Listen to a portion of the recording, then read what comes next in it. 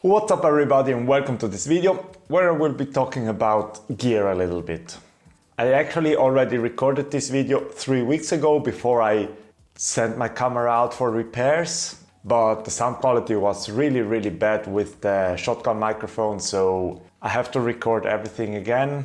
And yes, that also means that the camera is back, and it actually cost me less than expected to have the crack in the screen repaired. And they even cleaned it so that the camera looks like new. Really happy with their job.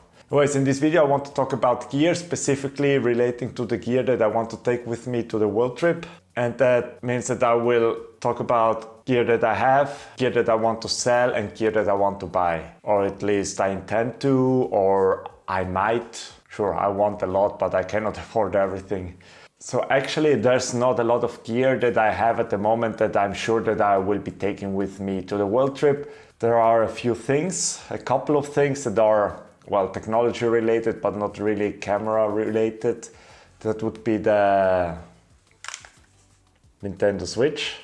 You might be stuck in a hotel for a few days because of weather, or I don't know, maybe because you hurt your leg or something like that, and what better entertainment is there than a console that actually has good games? But I mean a portable console that actually has good games. And the other thing that is technology related but not really camera or video related is the Sony WH-1000XM3 or something like that. Noise cancelling headphones, some of the best that are on the market, and when you're traveling a lot, flying a lot, it's actually really essential to have something like that. I've never been able to sleep as good on an airplane as I've been able to with those headphones.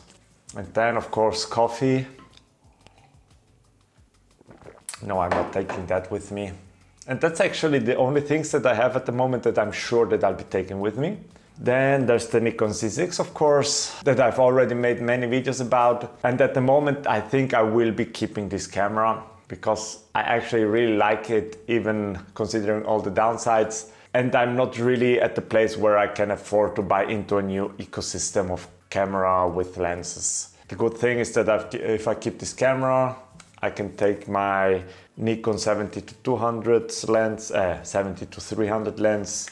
Now it's not the sharpest and fastest lens, but I use it a lot for animal photography, nature photography, and I was really happy with how it performed. I also used it like in the Masuala B-roll video that I made a few months back, and still happy how it performs even on this camera with the adapter.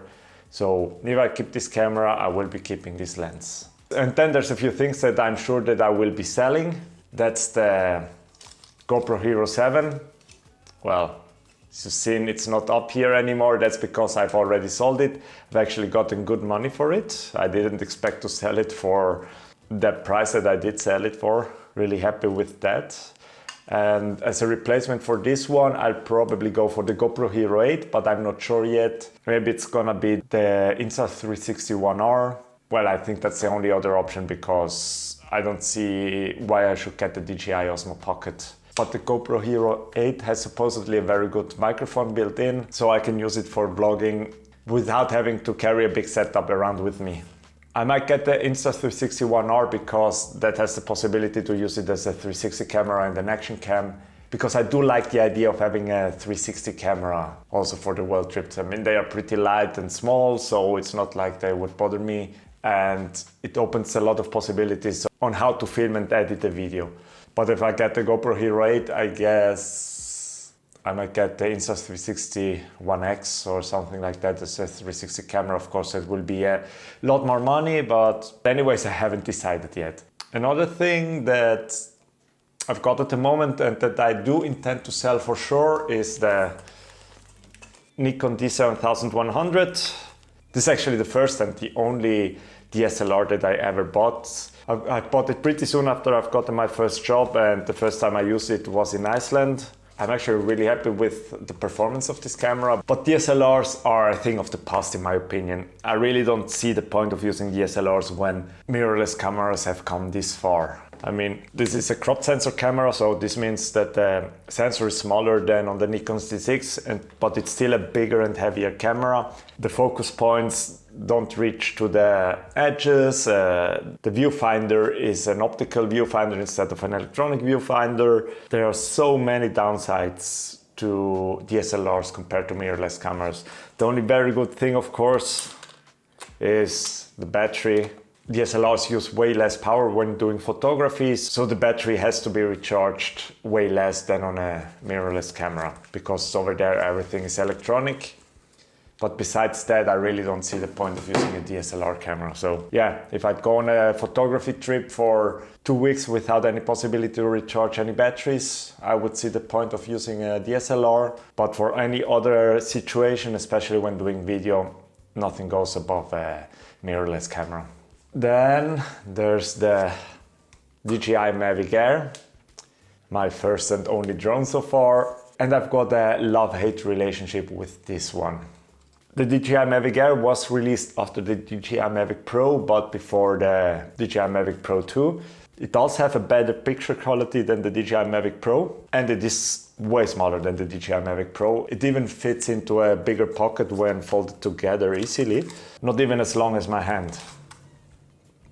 The thing that I really hate about this camera is that they are using Wi-Fi instead of radio frequency to control it. So as soon as there's any obstacle, even if it's just one single tree between me and the camera, I will have a hard time, or it will even be impossible to control the drone. And that's something that doesn't happen with the DJI Mavic Pro that uses radio frequency for control. That's way more reliable, it has a way bigger range, and it isn't influenced by obstacles as much. But of course, the DJI Mavic Air is smaller, and that's really something that I like about it. So that's basically everything I have. I think I've mentioned everything. Oh yeah, I forgot. The Dell XPS 15 is something that I've already got, and that I will be taking with me. I really love that laptop. That's one of the best purchases I've ever done. I mean, I'm even using it every day when I go to work just to watch movies on that beautiful 4K OLED screen. Well, movies not, I mean series. At the moment I'm watching Narcos Mexico Season 1. Yeah, I'm still a bit behind. I know that Season 2 has just been released. The battery life is very good, and I can easily edit with it even on battery power. So that's a great laptop. I don't have it here at the moment, but you can imagine it, or go watch the video about the Dell XPS 15 that I've done. Now let's talk about the gear that I want to buy or want to replace. Well, I want to buy. First, the DJI Mavic Air. As I said, I don't know if I'm keeping it or not. I'm considering replacing it with the DJI Mavic Mini. Yes, the DJI Mavic Air has way better picture quality than the DJI Mavic Mini, but it is bigger than the DJI Mavic Mini, and it uses the same stupid technology, the Wi-Fi technology. So that's why I'm thinking to myself, if I'm already using a drone with a bad technology, a Wi-Fi technology, why shouldn't I go for the smaller one? Even if I lose something on picture quality, at least I get a smaller and lighter drone that can actually be used in many places with less restrictions than even the DJI Mavic Air. Yeah, the technology sucks, and I really think that using Wi-Fi was a big mistake on the DJI Mavic Air. So I'm considering it to take the loss in picture quality and at least get something that is smaller and lighter. Of course, if the DJI Mavic Air had radio frequency instead of Wi-Fi, I would stick with it without any questions, but at the moment I'm considering it. And to replace the Nikon D7100, at the moment the plan is to buy the Nikon Z50. Reason is, of course, that I've already got lenses for it, and Nikon Z50 can be used for vlogging, of course. It's got a flip down screen, something that I miss on the Nikon Z6. It uses SD cards. I'm actually not sure if it's one or two, but that's also a big plus. I've already got SD cards, so then I can use the Nikon Z6 and the Nikon Z50 for recording. I'm pretty sure if I wait enough, I will have a very good deal on the Nikon Z50. So yeah, at the moment the idea is to replace the Nikon D7100 with the Nikon Z50 and to keep the Nikon Z60. But it also means that there's something that I have to buy for the Nikon Z6 specifically that will enhance the gear that I've got, and that's the Nikon Z14 to 30mm lens f4. I actually don't need an f2.8 for wide angle, especially because when using wide angle lenses and taking landscape photography, I'm mostly closing down the aperture anyway, so it doesn't have to be that wide. And another good thing about using a 14mm lens is that I can hold it closer to myself when vlogging, so I don't get the shakiness that I've got, for example, last time when I filmed outside and suddenly the camera started to shake because it was way too heavy to hold out for like a minute. With a wider lens, I can hold it closer and that makes everything more comfortable. Yeah, that's actually a total of about $2,000 that I have to spend on the gear that I intend to buy. If I wait for the best time to buy the stuff, because prices fluctuate a lot and I do work in retail, so I have the possibility to see if there's some changes coming. For example, the 14 to 30mm lens was sold for $950 for a while. Now it's gone back to $1,150.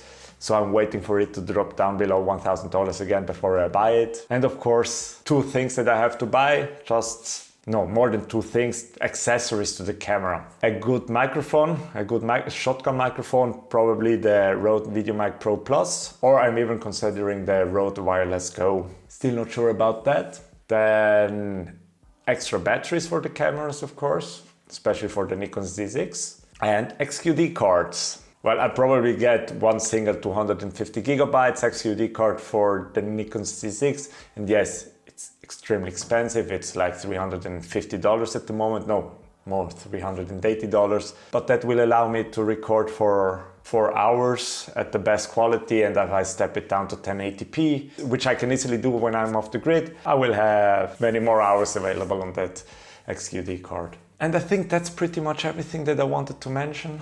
Of course, something else that I'll be taking with me is no, I don't mean the Nikon Z6, I mean my phone. But yeah, I think that's everything that I wanted to say for this video. I just wanted to talk a little bit about the gear that I've got, that I want to sell, that I want to buy. And there are actually some updates to the world trip. We came up spontaneously with it actually 2 days ago, that we want to spend Christmas at a specific country and New Year in another country.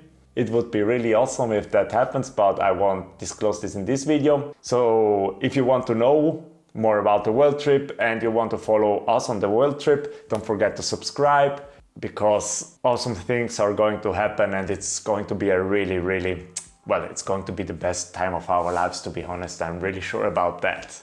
Anyway, thank you very much for watching and see you next time. Bye bye.